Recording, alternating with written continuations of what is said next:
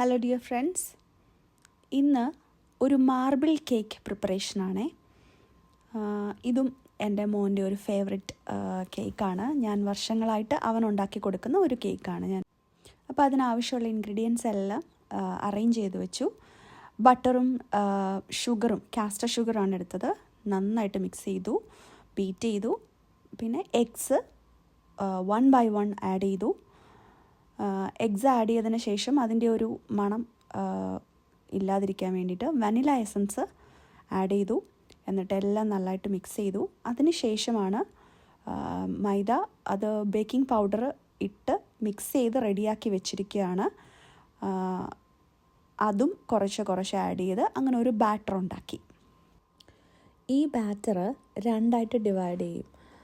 അതിൽ കുറച്ച് എടുത്ത് മാറ്റി വെച്ചിട്ട് അതിലോട്ട് കൊക്കോ പൗഡർ ആഡ് ചെയ്ത് അതൊരു ചോക്ലേറ്റ് പോർഷനും ആക്കും, മറ്റേതൊരു വാനില പോർഷനും ആക്കും.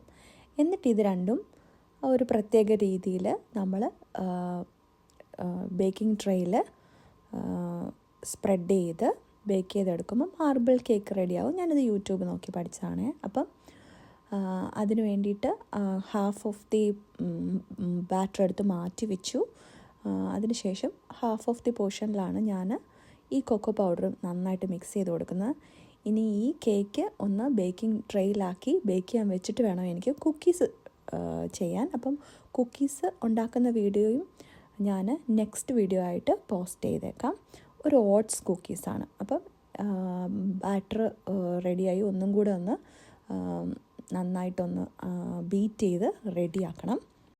പിന്നെ എൻ്റെ ബാറ്ററിൽ കുറച്ച് ചോക്ലേറ്റി പോർഷനാണ് കൂടുതൽ. കാരണം എൻ്റെ മോൻ ഒരു ചോക്ലേറ്റ് ലവറാണ്. അപ്പോൾ അതുകൊണ്ട് തന്നെ വാനില പോർഷൻ കുറച്ച് കുറവാണ്, ചോക്ലേറ്റി പോർഷനാണ് കൂടുതൽ. ഇനി ഈ ബേക്കിംഗ് ട്രേയിൽ ഇതുപോലെ സെറ്റ് ചെയ്ത് കൊടുക്കണം.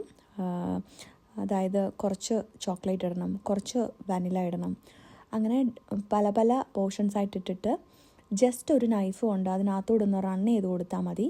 അപ്പോൾ ആ ഒരു മാർബിൾ ഡിസൈൻസ് വരും.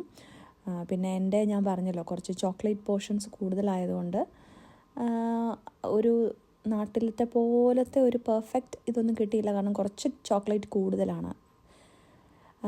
എനിവേ നന്നായിട്ട് കിട്ടിയിട്ടുണ്ട്. അപ്പം എല്ലാം എല്ലാം ഡിസൈൻ ചെയ്ത് ഞാൻ ബേക്ക് ചെയ്യാൻ ഓവനിലോട്ട് വെച്ചു. ബേക്ക് ചെയ്തു.